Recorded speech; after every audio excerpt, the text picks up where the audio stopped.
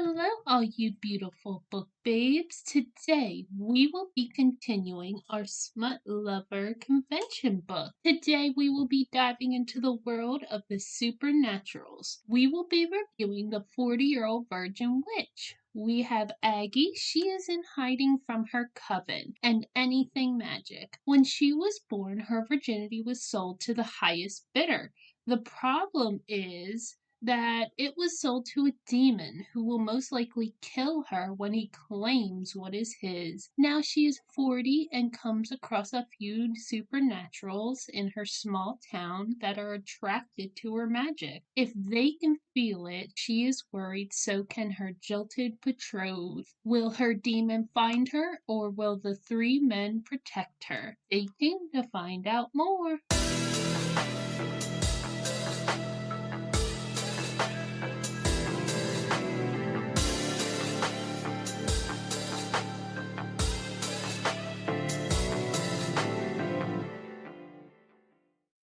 Hello, all you beautiful book babes. Today we are on episode 9. Woo! We are getting there. I know, we're trucking along. So this will be our third episode of the convention, and when this releases, we'll actually be at the convention. Yay! I know, we'll be at the pool party. Oh, nice. That's this day. I can't wait. But so today we are going to be discussing it's a long title, so bear with me. The 40-Year-Old Virgin Witch by Raven Storm. I really struggled to find a second book. I took a gamble and did my notes while I was reading it. Yep. I was like, you know what? I need a second book. I need to stop procrastinating and trying to find the perfect book. Right. And I was like, I'm just going to find a book and I'm going to like it. Yeah.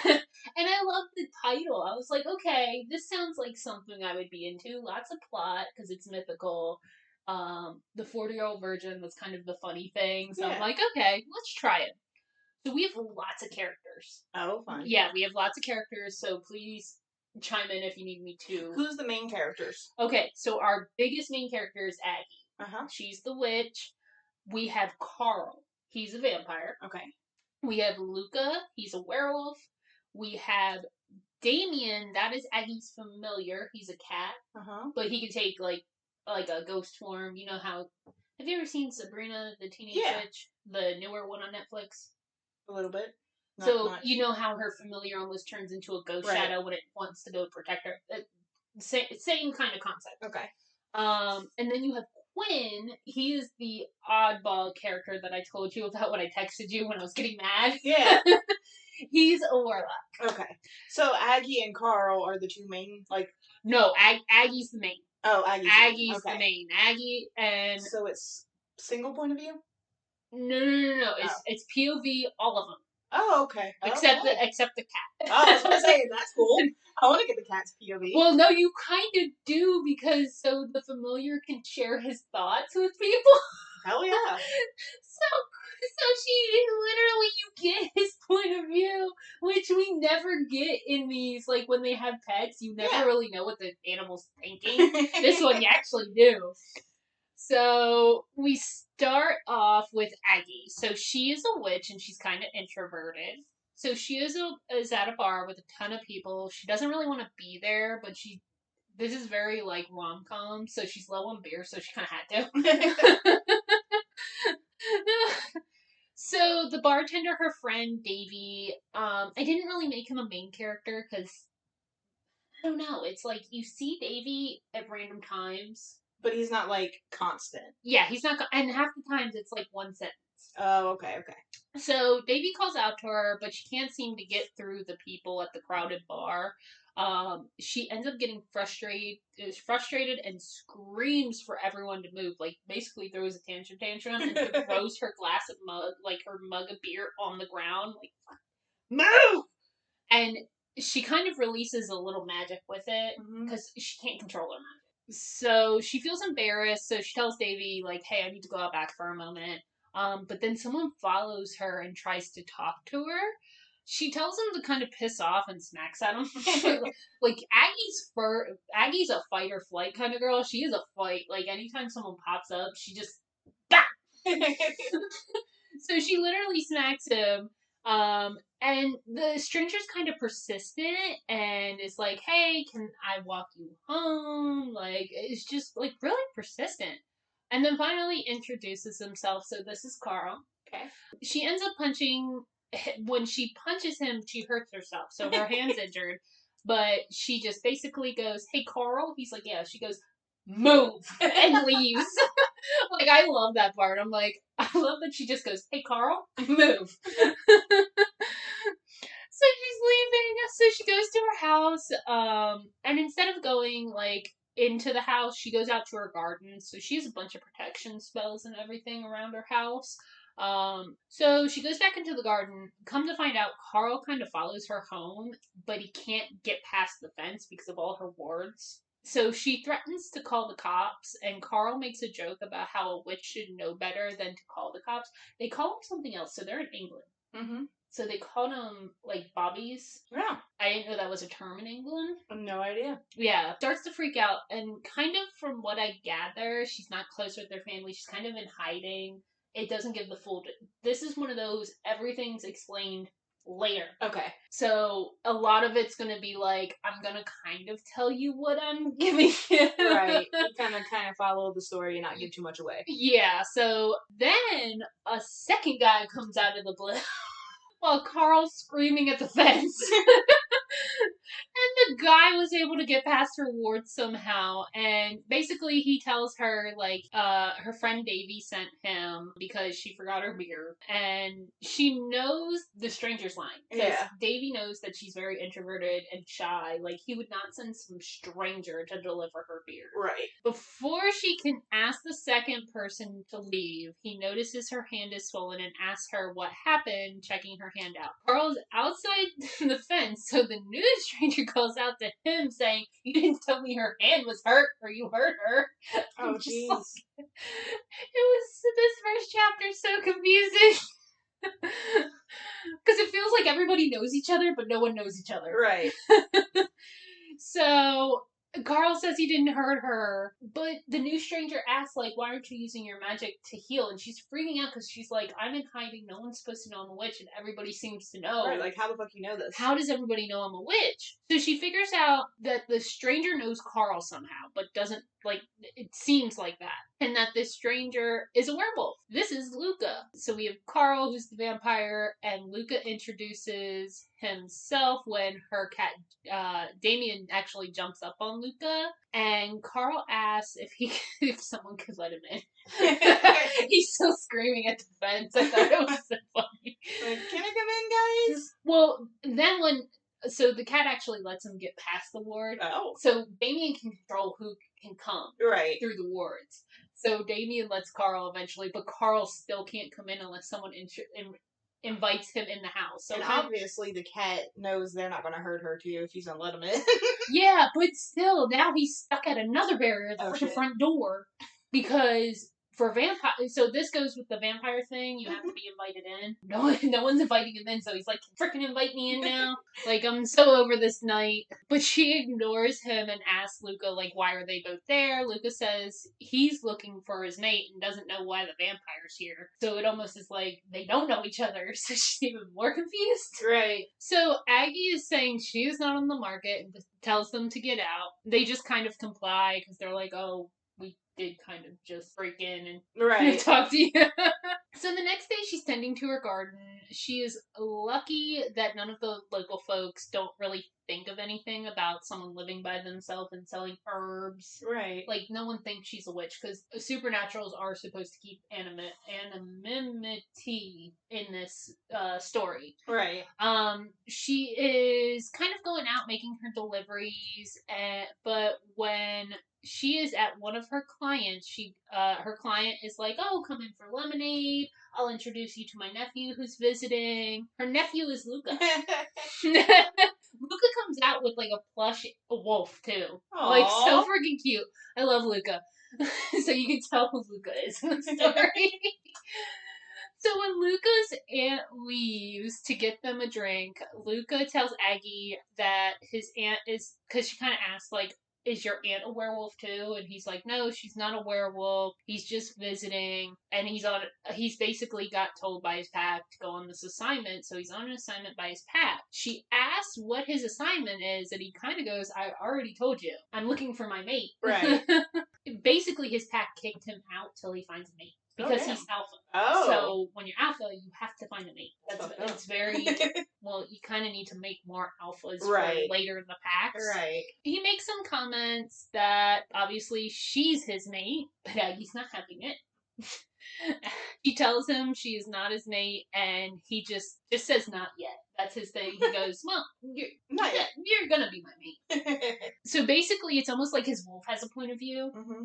And his wolf is adamant that Aggie's their mate. So that's why he's pursuing her. Like, the wolf has its own point of view, which gets a little confusing because you don't know who's talking, Luca or the wolf. Right. Sometimes. He makes a they kind of go on their way, and then she goes to leave. Now, we have Luca's point of view. It goes back to the next day to see his point of view of everything that went down in her garden and at the pub. It's his POV, so he knows without a shadow of a doubt she will be his mate. As soon as she released her magic in the club, when she got frustrated, he was drawn to her. He even liked the fact that she was so against being with him. Because his pack did try to set him up with a mate before he left, and all the girls submitted to his wolf, and he just kind of wasn't into it. He likes that Aggie's like, no, I'm not your mate. We will not be together. She's not going to let him walk all over her. Exactly, which he likes it. It's almost like the chase of a wolf for his mate. Somehow, when she left the pub, he went to Davy and convinced him to give him the beer for her because Davy felt so upset because he's like, oh my god, she got frustrated, she left, she didn't even get her beer. Feels so bad. Luca kind of convinced him, like, I'll take it to her. And he's like, she doesn't really like strangers, but I guess Luca was just so convincing. He goes, I got it, it's alright. He did feel her spells to keep people out of her cottage, but none were made for werewolves, and he's like, I'm gonna address this with her at a later date. Well, she trusts him, and she won't keep him out, probably. Yeah, like, he's like, I'm gonna talk about this later, because she's not protecting herself properly. Right. She's protecting herself from vampires and witches and stuff like that, but she needs to do werewolves too. He is pissed when he sees the vampire there, but he is more worried about Aggie because she sounds upset. So now we go to Carl's point of view of the whole night. Mm-hmm. So he was there with his elder watching the big football game. When he saw Aggie, he was instantly drawn to her again. So when she disappeared in frustration, he actually he used his sense of smell to send her out. Luca did that too. He literally used his nose to find her cottage. Once she's frustrated and disappears, he actually uses his vampire speed. He's not supposed to do that, to go find her, just to be as fast as he could. He actually let her hit him when she's surprised and punches him. Right. He lets it happen.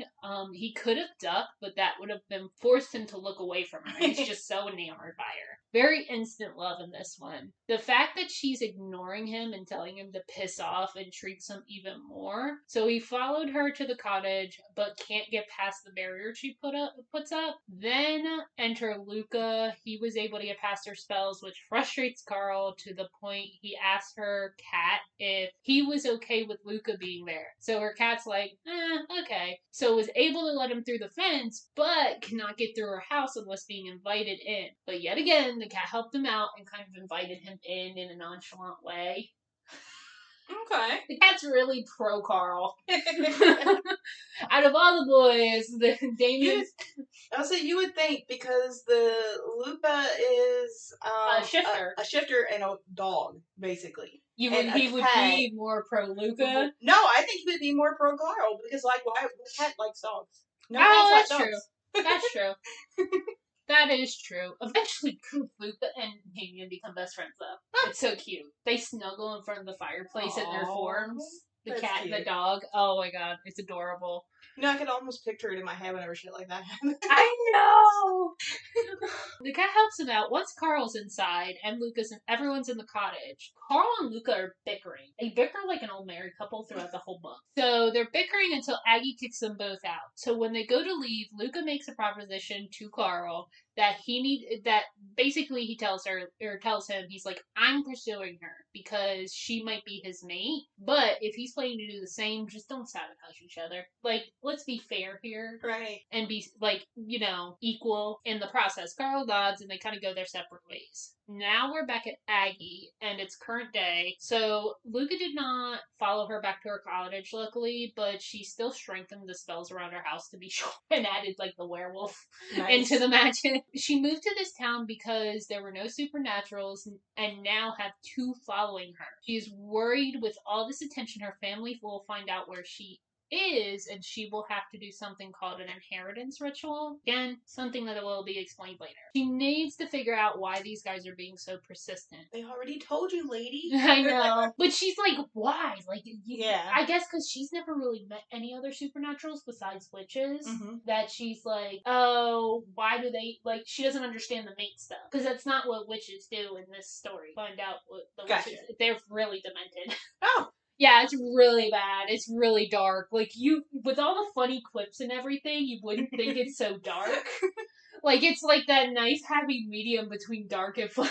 Gotcha. When she was with Luca, he actually gave her the wolf plushie, and she had it, and Carl actually shows up to her cottage again. He was able to get past her spells, thanks to her cat again. Her cat is so pro Carl, and I love it. I love that the cat takes sides. It's frustrating Aggie so much because she found out that Damien is actually sharing his thoughts with Carl, because at first she thought he was an elder vampire, which is like an older vampire, but he's not. The cat's just allowing his thoughts. Yeah. To date, like, she is so frustrated. She's like a little traitor. So Carl makes himself at home and rummages through her kitchen and sees she does not have food, so straight up tells her, like, they're going to lunch.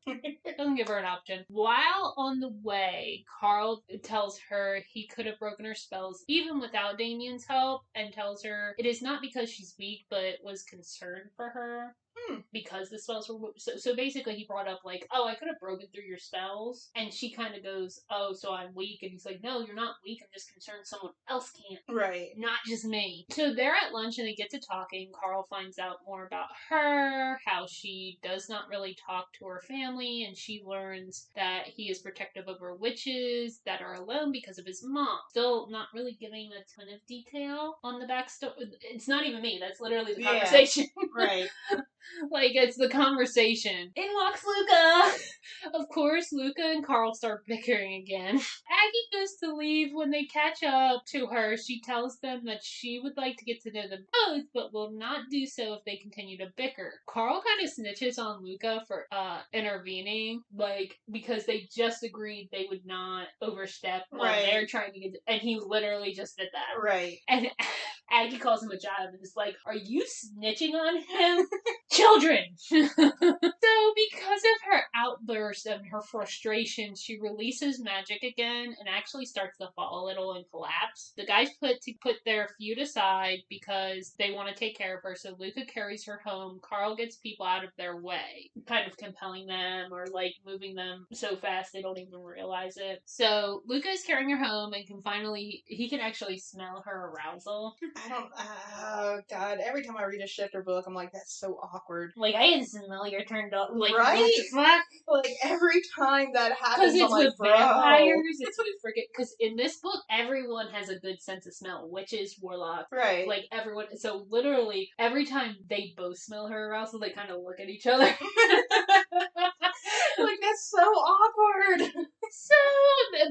But he knows that she's tired, and so doesn't press on it. Just kind of calls her a tease in his head. Fucking teasing. Smell your arousal. God damn it. So Luca and Carl bicker again while she's sleeping, but come to an agreement that they will get her home and take care of her, and that's kind of it. Luca goes to this, so they get her home.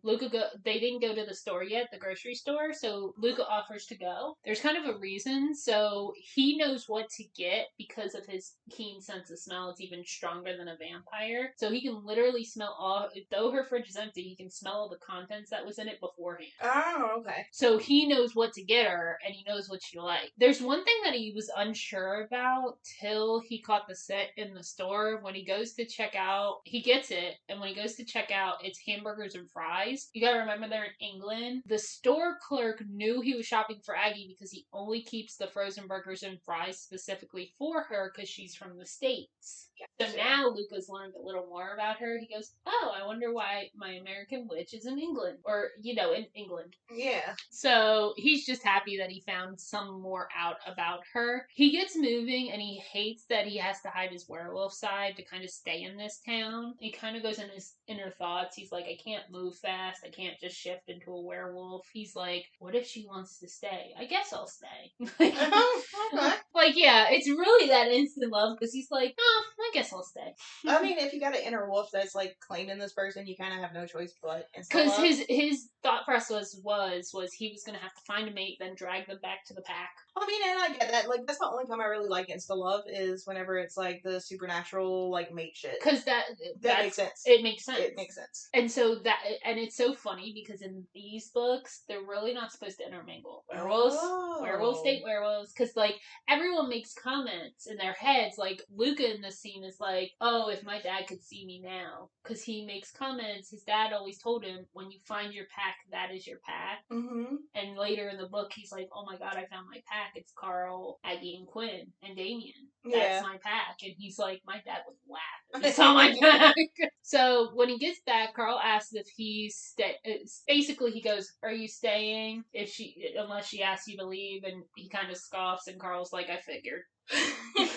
So they start like making her soup and trying to make stuff to make her feel better. So now we have Quinn. No explanation, just kind of came out of the blue. Okay. Like, I don't know.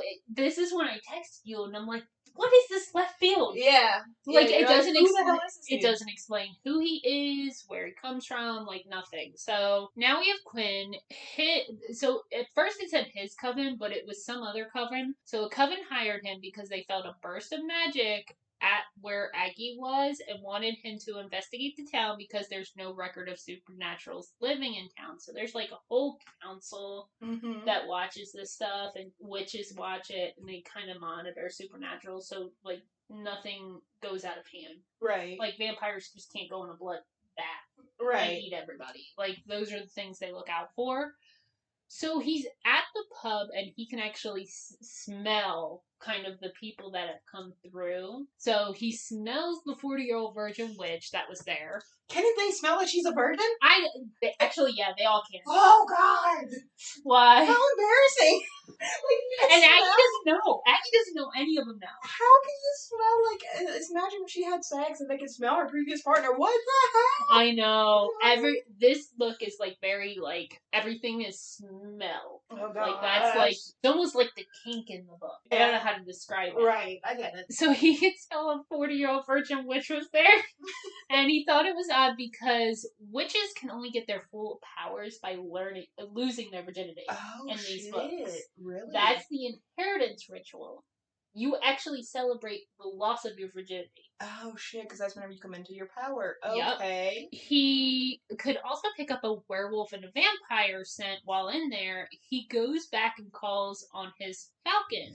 Doesn't explain the falcon, literally just goes outside, whistles. Falcon shows up. He tells the falcon to go get backup for the coven because vampires and werewolves are super powerful. Way more powerful than witches and warlocks. It kind of wanders through town to see if he can pick up more information. He gets stopped by a flower shopkeeper. This girl is really flirty. Like, she's already tried to flirt with Carl in a previous chapter. It just wasn't a big deal, so I didn't bring it up. So she starts flirting with him, and he flatters her a little bit to get information on the woman on this town, like the 40-year-old version he smelled. So he was able to find out Aggie's name, where she lives, from this catty bitch. I literally called her a catty bitch. Because she is. She was like, oh, you're talking about Aggie. Like that fucking disgusting, like, she's grossed out by her. So he makes it to the cottage and he freezes when he's looking in the window. He can see Aggie unconscious and he sees a werewolf and a vampire take care of her. So he freaks out thinking that she's hurt. Oh, because he doesn't realize they're taking care of her. He thinks something's happened. Yeah, she thinks she's a captive, basically. Yeah. Now we're at, I forget if this is Luca or Carl's point of view. It's one of them. So Carl and Luca are making soup for Aggie when someone barges in. Aggie's familiar when everything goes dark. So at the end of that chapter, he says everything goes dark. Aggie's familiar actually turned into a shadow form and stopped the intruder and basically barged in to give him to Luca and Carl. So he's like, take care of this. Luca grabs him and locks him in the closet. Okay. I don't know why. So Aggie finally wakes up and they tell her that they made her soup, but will leave if she wants them to. But she kind of is shocked. And all she really goes is, okay, what kind of soup? I love that. So Aggie hears a banging in her closet, is really confused and goes to investigate. Carl tries to stop her, but she opens it up anyway. Carl grabs the intruder before he can get to her, pins him to the chair. And they kind of start questioning about him. So we find out his name is Quinn. He was told to investigate a burst of magic in the area by a coven nearby. He thought she was in trouble when he saw her passed out and wanted to help. Aggie freaks because she's worried her family is finding her. So she just kind of kicks out Quinn. Like, Carl's like, no, don't let her go. But at this point, she's just over it. It's like, I want him out of I don't even care. Right, and so whenever you said that she's freaking out, it made me think it's her family that hired him. Like, I'm sitting here like, oh shit, it's her family. I'm sorry, I'm real good at sussing out like shit. Like me too. I'm real good at figuring shit out. Quinn leaves, and Luca and Carl try to comfort her. She ends up kissing Luca and Carl. Carl can't have that, so she initiated the kiss with Luca, but then stopped kissing Luca, and Carl's like, excuse me. My turn. So when Carl is done, she pulls away from them, thinking about the inheritance ritual. She keeps thinking about it. So it's actually really bad, like I said. So it's kind of always on her mind. Carl can see how it is affecting her, so tells Luca to go outside and walk it off, because obviously he's probably pitching a tent. Right.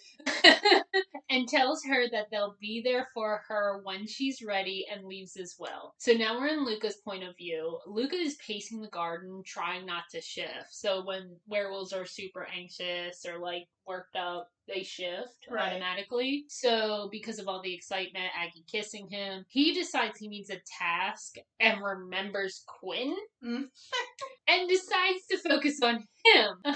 So him and Carl can protect Aggie. So he tracks Quinn down with his scent and saw he was at the floral shop, and the floral shop actually looks closed. So when he knocks down the door, Quinn is actually fucking the florist. Oh shit. So he has to tuck himself in his pants before him and Luca start to fight. But then before Quinn can really take it out, use his powers and his magic on Luca, Carl kind of steps in and is like, nope, knocks him out and grabs Quinn and tells Luca, meet me at the water tower, and uses his vampire speed, and Luca's like, motherfucker. And he's so slow he can't use his wolf, so he has to walk there. So they take it to a more private location so they can interrogate him. They find out he called a team to come help him because he picked up a vampire. But literally Carl's holding him at the water tower, dangling him, and he's like, no 40-year-old virgin witch is worth this. Right. So he's like, I will call them off as soon as they're here. So this is kind of where we find out he's a warlock.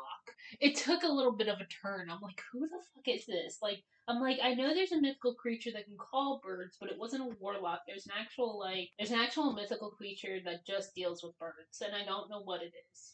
It's been bothering me all week. I don't know. Literally in the middle of this, the freaking backup team shows up.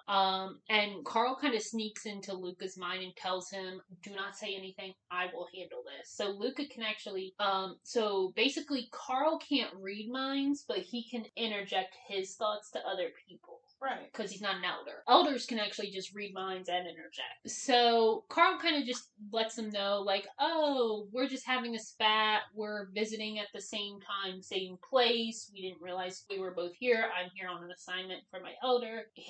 I don't know why he's here. We just kind of ran into it at a pub, and now we ran into Quinn. So it was just a lot of misunderstanding. They don't really buy it at first, but they kind of let it go once they, like, ask Luca, okay, who's your pack? Where are they located?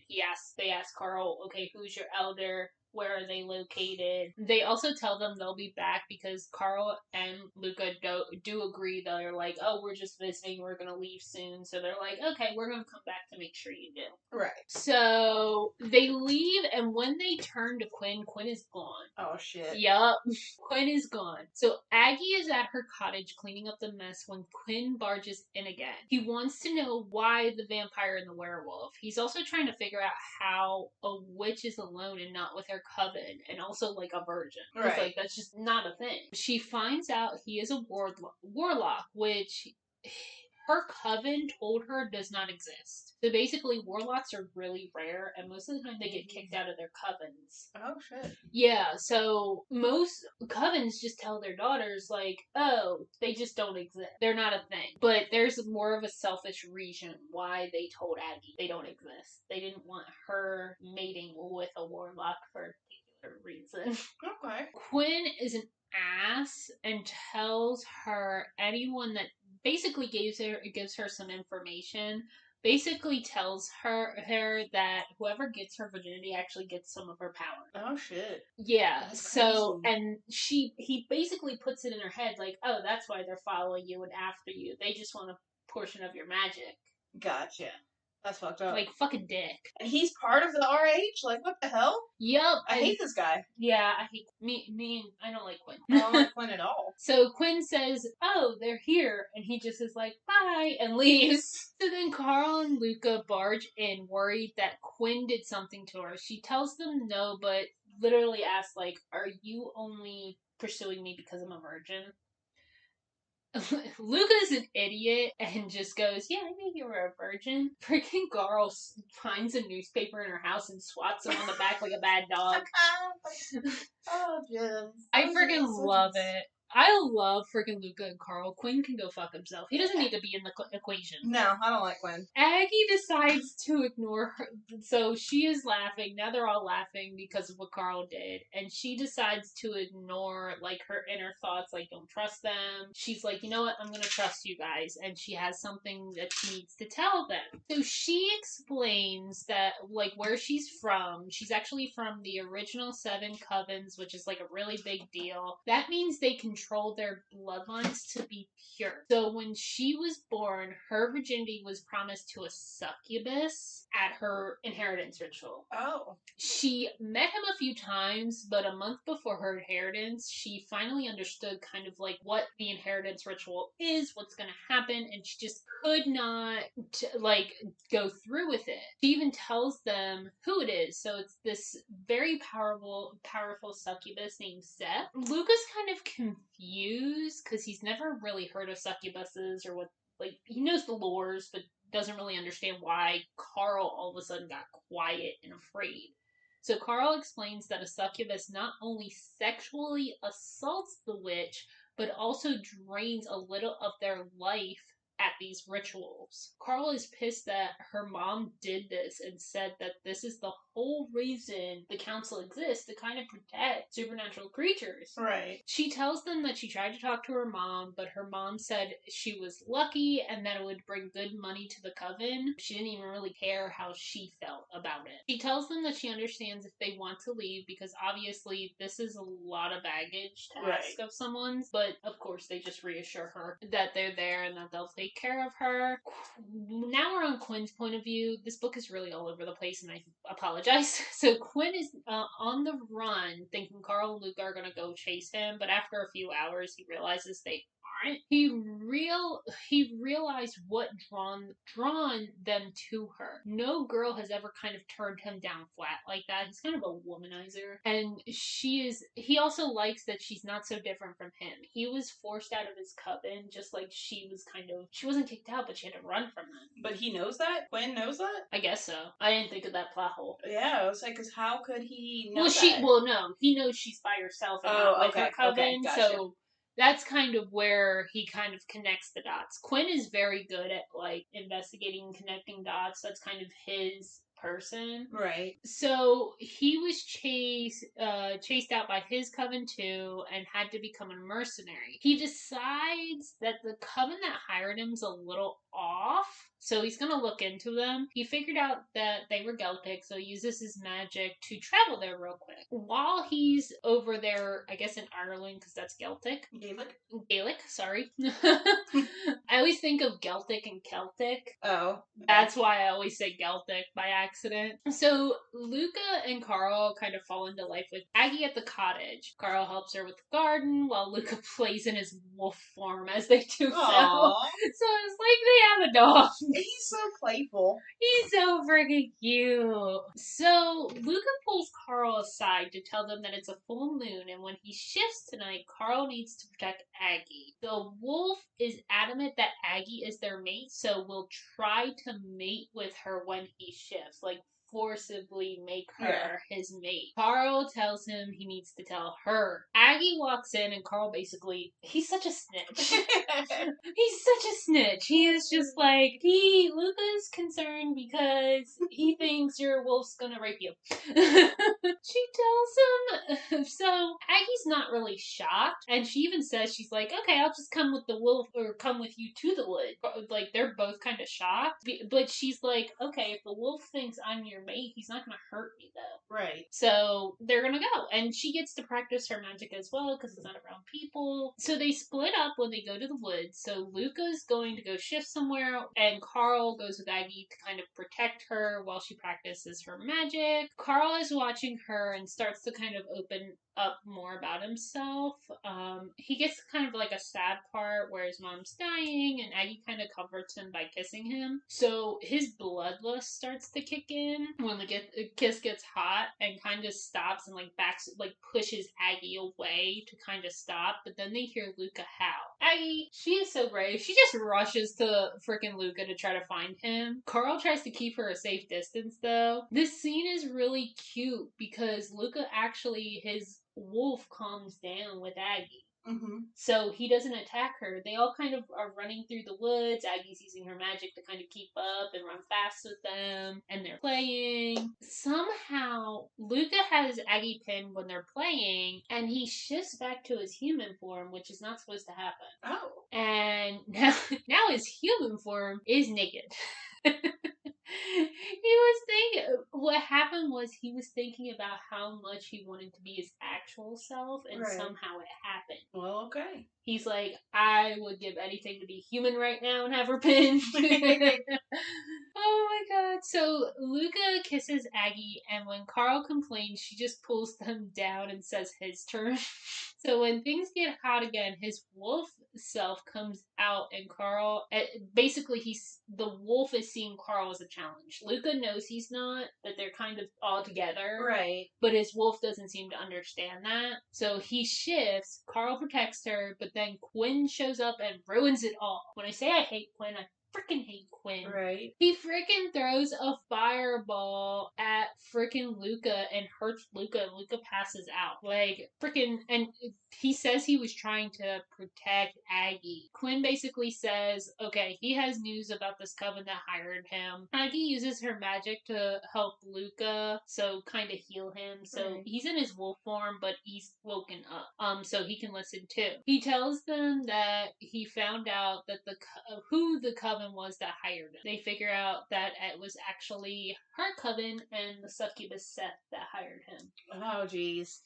Yeah. And basically, she kind of goes over everything, but they figure out that the contract that was signed for her virginity, since she technically has not lost it yet, he can find her because of the contract. The contract's still intact. He can take her virginity, like he knows she's alive.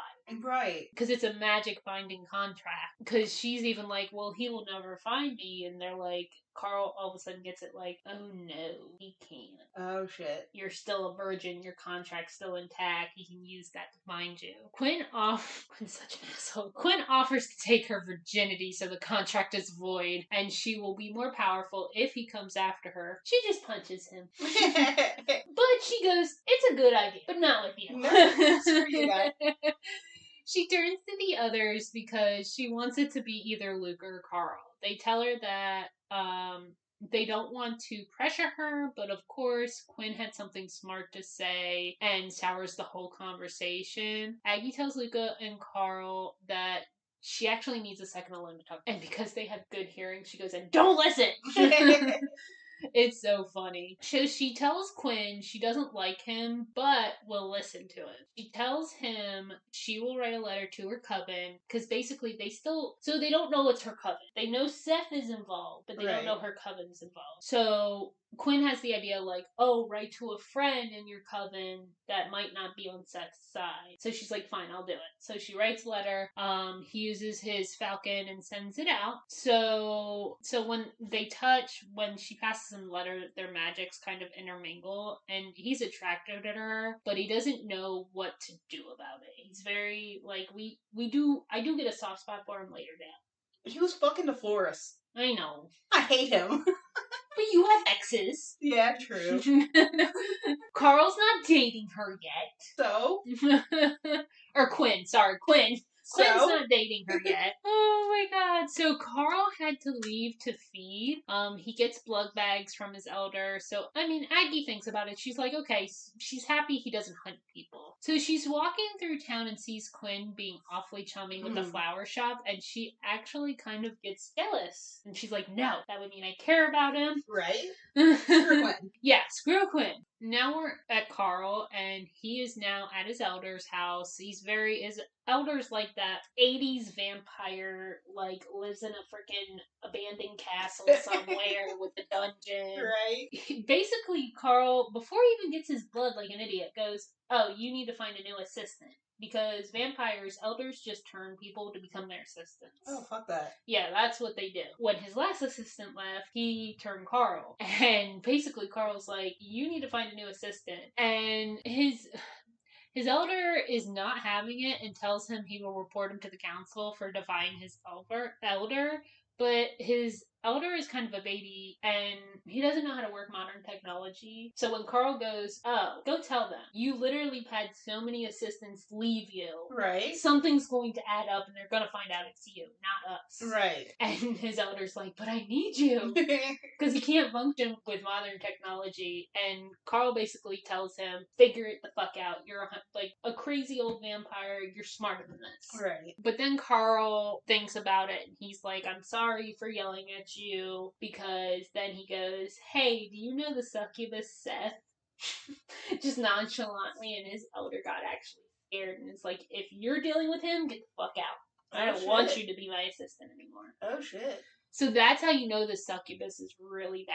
Yeah. And her mom wants to give him more power. Jesus Christ. Yeah. Of course, Carl was dumb and did not get blood before he left his elder, so goes to the woods to hunt animals. None are really around. He finds some rabbits, but they're not really doing it. No one's supposed to be on the trail, and apparently a family is. Oh shit. Yep. So then he goes really hunting. Oh shit. Now we're at Aggie and Luca. Aggie's still kind of pissed about seeing Quinn with another girl, so when she gets back to the cottage, she does the only thing she knows that can relieve tension. She basically jumps on Luca and kisses him. They're making out and it's getting hot, but her magic releases, so she kind of stops for a moment to get it under control. Luca tells her it's unhealthy to hold it in. He can tell she's doing this out of anger and would not do that. So basically throws her in the garden because she keeps trying to tackle him. Oh jeez. She literally he pushed her off and just kind of gave her okay, stay over there, I'll stay over here. But she attacks him again, so she's like,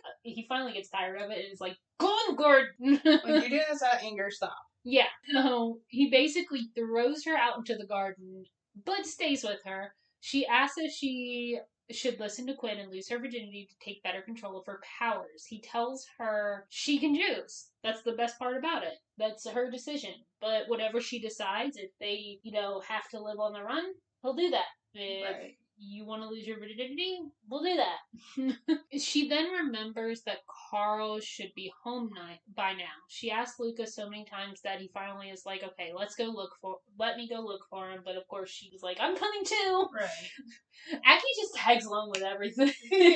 She's just like, I'll join. I'm coming.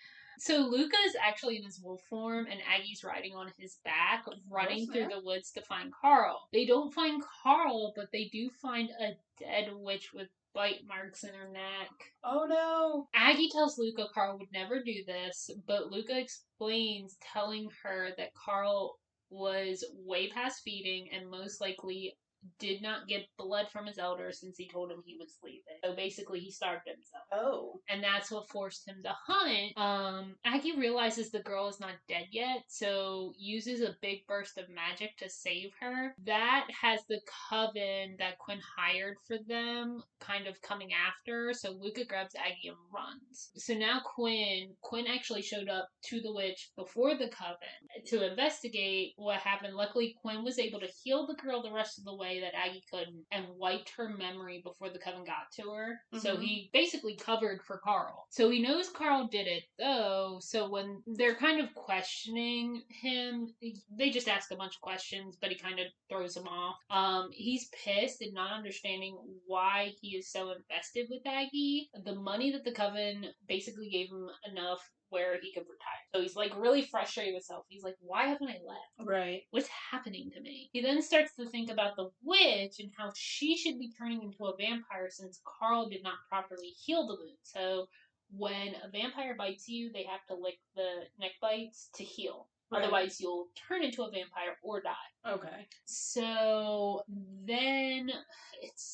But then he puts it together. So when Aggie used her magic, she actually sucked Carl's magic out of the witch, and now Aggie's turn. Oh, okay. Basically, she sucked Carl out, so that way she had to turn. So Quinn goes out looking for Carl and sends his familiar to get the wolf and Aggie, and so basically, he finds Carl in a crowded place. Carl's doing this to punish himself. Basically, he wants to get caught because he didn't mean to kill that witch. So Luca gets back to the cottage and figured out what Quinn figured out, that Aggie is turning because she's like freaking out, something's burning on her neck and all this other stuff. He wants to go out to find Quinn or Carl, but Aggie begs him to stay with her. He can't leave her, so he actually calls the familiar Damien to go look for them while he takes care of her. Carl's standing in a crowd. So now we're back to Carl. He did not feed on the witch, so he actually just bit her. Oh, shit. But she almost died from that? Really? Yeah, because you start to turn. Gotcha. And you can die in the turning process. Gotcha. So basically he's like, oh, she's dead anyway, because basically he bit, freaked out, and ran. Gotcha. Didn't think about healing her or anything, because he's just so afraid he lost control. He will most likely be executed for this. And he's like, well, at least Aggie has Luca. She's got somebody. So Quinn calls out to him and tells him what happened. Carl is distraught because he's basically killing Aggie. Oh, man. Mm-hmm. Carl beelines it for Aggie's, but Quinn asked if he could come, so Carl has to carry him on his back. Oh, jeez. Because he doesn't have speed. Oh, my God. So Carl walks in. Luca is pissed, but also relieved to see Carl, because, yes, Carl did do this, but he can fix it. Right. So Carl goes to Aggie and tells Luca that if he does not stop feeding from her in 30 seconds, because basically it's almost like venom, he has to suck the venom out. Mm-hmm. So he basically tells Luca, okay, let me feed from her for 30 seconds and then stop. Right. If I don't stop. So luckily everything works out. Luca's counting out loud, and as soon as he hits 30, Carl stops himself and then licks the bite and heals Aggie. But he still had to physically push himself away from her still after he healed her. Luckily everything worked out. Carl was able to stop himself, heal Aggie. Aggie is not scared though. Everyone else is freaked out that Carl's gonna hurt Aggie. Of course Aggie doesn't get fucked. Aggie just doesn't care. It's like, I'm doing this. Yep. So though both Quinn and Luca try to stop her from going to Carl, she still goes. Carl apologizes for the witch, and her saying he apologizes for being a monster and is like, you deserve better than that. She asks if he still needs to feed, and if he does, she wants it to be her. Just like she trusts Luca in his wolf form, she trusts Carl to not lose control when feeding. So how they have it set up, because Luca, of course, is freaking out, like, no, don't do it. She's sitting on Luca's lap, and she's facing Carl, and he feeds from her that way. Gotcha.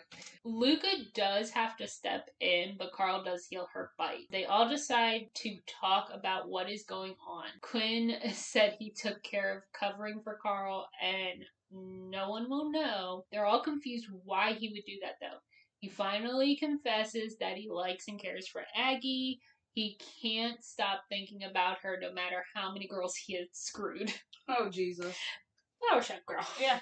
So he kisses her while she's still backed up to Luca. So, like, they are sandwiching her in. He's kissing her. Luca decides to join in and kisses her neck while Carl is, like, massaging her breast. So, like, she's just, like, getting so overwhelmed. And she stops them because they've never really had a conversation of what's going on. Right. So she's like, what are we doing? And they all, because basically she's like, we all need to be on the same page. Yeah. Any kind of poly group, you kind of need to be on the same page as everyone. They all agree that they want to keep her safe, whatever that may be, for her, but Quinn tells her she needs to do the ritual, and sooner the better, because Seth can find her since the contract is still intact. She agrees, but it'll be on her terms. So she's like, give me a week, I'm gonna prepare for this. I don't know what you need to prepare for. Right? That's what I'm saying, a week? Dude. They all just agree. So this is my favorite part, because she actually looks at Quinn and asks if they should pick up where they left off, and he gets all excited. She gives them a quick peck and goes, you can go pick up dinner, and then points to Luca and Carl and goes, you guys can get in my bed. Aw. I'm surprised she didn't say anything about Flower Shop Girl. And be like, you could go visit your Flower Shop Girl. I know. That would have been a good I clip. would have been a little petty bitch. Yeah. So Quinn leaves, and this is where the kind of the smut starts. And I feel really weird because it's not even full smut. Aww. And it's 70% in. Fuck. Yeah, I looked at the second book, I saw the spoilers, all the smuts in the second. Okay. I was about to say, really? Yeah. So Quinn leaves and to go get it. They kind of get Aggie off quick. They're both kind of helping her. So Carl's on her breast and Luca's fingering her. Nice. But they don't get off, and I'm like, motherfucker. At least return the favor. I know. But Quinn ruins it. Oh, fuck. Quinn comes in because now she's got a letter from her coven. Luckily, it was not her mom, it was her best friend telling her Seth has hired every coven to find her, and that Seth's father has joined the council, so they will be no help either. Oh, fuck. Yep, so they're screwed on every which way. The guys ask what she wants to do, but she needs a moment to think. Luca and Quinn go back out to go get dinner, but Carl can't join because his elder can compel him to come. So I don't know what it is. Yeah, no, but it doesn't make sense because I thought they broke that relationship. So wouldn't he be able to? Nope. Even though he leaves, he can still compel him. Oh, fuck. It's still his elder. Yeah. So the elder can control his mind, can control him. So basically, he has to go and has to see why. Aggie, the little minx, so Carl actually, like, drops her off outside close to them, but doesn't fully get their attention. It's like, go with them, they'll protect you, and I gotta go do my elder. Bitch doesn't go. Oh, shit. She decides she needs to go for a walk. Oh, shit. Oh, shit. So Luca gets the food Luca and Quinn are at the pub and they're getting the food. They run into the flower shop girl that Quinn fucked, and Luca told her to piss off because he likes someone else more. Oh, jeez. I love Luca. When they go to leave, this seems like an important bit for the second book. I don't know yet. I haven't read it. So Quinn goes to leave and sees the witch that hired him and mouths he owes her a fate because he kind of fucked up. Oh, okay. He ignores her and Luca and him leave, but kind of has a bad feeling about it. Carl goes to see his elder, and it was a trap. His elder figured out why he wanted to leave because he asked about Seth. Carl is defenseless. His elder's stronger, more powerful, freaking everything. Carl basically begs him if he can leave. And he basically is like, "You'll never hear from me again." Basically, he goes nope and kind of just ropes him. Doesn't even like drag him really, and takes him to his dungeon. Of course, he can control him, so he doesn't really need to grab him. Yeah. Then we're at Aggie. Aggie runs into her mother in the woods, but her old best friend from the note pops out and threatens her mom if she does not come with her. Vicky explains the whole plan for selling her to Seth was because she was a higher ranked witch, and if he killed her, the council had plenty of proof of his crimes. Even says one witch is worth 1,000 lives they were going to save. Oh, fuck. So her mom basically sacrificed her. Yep, to save other people. I mean... But now it's no point. So everyone's mad at her because Seth's dad's on the council now. Right. So now everyone's pissed at her for fucking everything up. Right. That's crazy. But Seth finally shows up. Oh, shit. Yep. So Luca is freaking out when they get back to the cottage because no one's there. And, like, there should have been. Quinn tells him something must have happened to Aggie. Most likely she got kidnapped by Seth.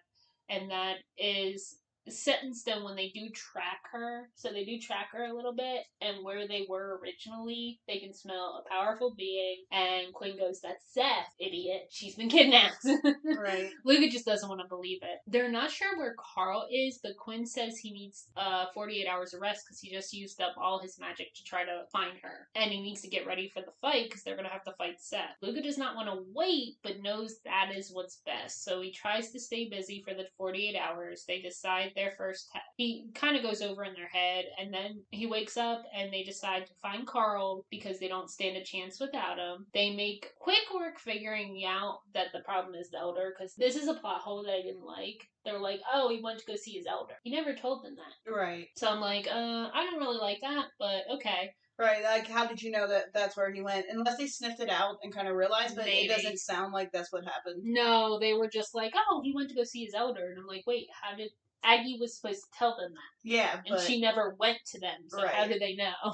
They were like, okay, and plus the elder can compel Carl. So they're like, oh, he can control him and keep him away from Aggie. When they go to leave the cottage, Damien makes Luca bring him along. I love Damien! Silly cat. I know! So Carl, now we're at Carl's point of view. He's still in his cell. His elder brings him blood, but he's kind of stubborn. Carl's like, I don't want that, and refuses to eat. Little did he know, feeding from a witch actually sustains him long. Oh, snap. Aggie's magic's actually keeping him sustained.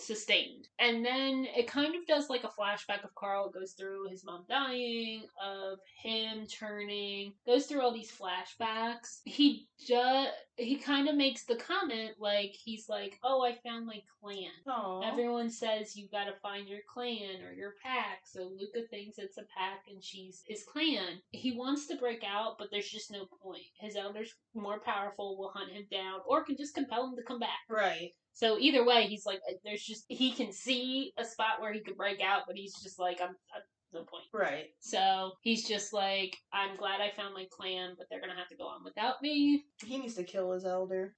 Yep, and then it's done. Ouch. So this one is the one that's 4 books. I think it's like 3 or 4, yeah. Okay. Yeah. I saw 3 definitely. Yeah. So that's kind of the end of the book. Fade to black. Well, hello, all you beautiful book babes. I am sorry for the interruption, but I am pleased to tell you today we have our first sponsor. So this episode is brought to you by Dubby. Dubby is an energy drink with no sugar, but does not give you that jittery feeling or crash after you drink it. It has no fillers, artificial colors, dyes, sugar, or all the other BS. My personal favorite drink is the Beach and Peach for when I need that extra pick-me-up when editing our podcast all night. All you have to do is click the link in the description, or because I know links can be a little finicky, go to www.gubby.gg and in the coupon code field put SMUT, S-M-U-T, for 10% off your order. Thanks for listening. So the spice, I gave it like a 1 or a 2. Yeah. There's a bunch of makeout scenes. Which is in there. And they're detailed. Like, they're so good. Yeah. So I can't wait for the second book. Yeah, hopefully, like you said, the second book comes with some spice, because that's crazy. Again, plot to smut ratio, I gave it a 1. Yeah. There's no smut. Humor, I gave it a 4. Sounds like it's a cute little... I funny freaking book. love all the little cute quips. Emotional, I gave it a 4 because, like, it's very an emotional ride because you got to think it goes to some dark places really fast, but then it makes you happy with the little quips. So it's like it's all over the place and very emotional. We're all building to give this a 3 because there's like these little tidbits that don't make sense, or like Quinn coming late in the story and just it's his point of view, but we don't even know who he is. Right. It's just so random. Yes, it explains it later, but it's still... It literally threw me out so bad, I texted you right away and stopped reading. I get it. And it might make sense later on in look at the later books, but for right now, it doesn't make sense. No, it doesn't. Overall, I would give this... I gave it a 4 out of 5. Till I read the second. Yeah. I need more... Oh, are we tired? And I think I'm crashing from that energy. What is it?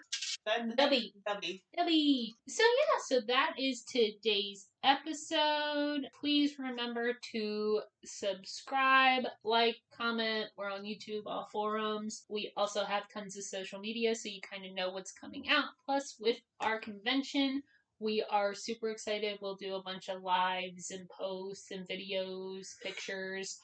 It'll be super fun to kind of meet people and talk to them about our podcast. So please follow us on TikTok, Instagram. We have a Facebook page. If you look up Basic Book Babes Podcast, you will find us with our purple logo. And please remember to comment suggestions. November, we would love to do a suggestion month and kind of do books that you guys suggest for us to read. Yeah. That we haven't read. Maybe it's something different. Yeah, I kind of stick to the same tropes. Me too. Watch it be some alien smut.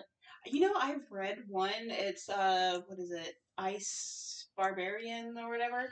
Uh-huh. That was actually really good because it talked about how his dick has like an extra piece that kind of, and it's like, oh god, it was so good. That's so funny. Yeah. I don't know. It just doesn't fascinate me, maybe. There's one author at this convention, so maybe I'll go to her stand and kind of talk to her about it. Yeah. But alien smut just doesn't. I don't know. I get into even bestiality. Like, yeah, I've read some, like, monster smut, or, I'm down for anything. You really are. I love you. As long as there's no cheating or children being hurt, I'm good. I give you all recommendations, and half the time you've read them. Yeah. You're like, girl, I've been there, done that. I think if you look at my Goodreads, last year I read like 500 books, or 400 books. And I don't know. With writing and everything, I'm so behind. And I'll say this year I think I'm up to 300 already, and it's not even the end of the year. Damn, girl, yeah. I fucking read. You get through. I fucking read. You be reading all the time at work. And that's not even... I can't anymore. Well, I don't read at work anymore. Ever since I became supervisor, like, I don't have time to read anymore. But I don't count my rereads. So all these books I'm rereading for this podcast, I haven't counted them. So technically I'm up higher. Oh, yeah. I don't count my rereads either. Oh, really? And I reread the crap out of everything, yeah. So that probably does not help my book goal. I mean, you need to start counting them, because you are reading a book, but... Alright, well, that is today's episode, and you beautiful babes have a wonderful day. Bye! Bye!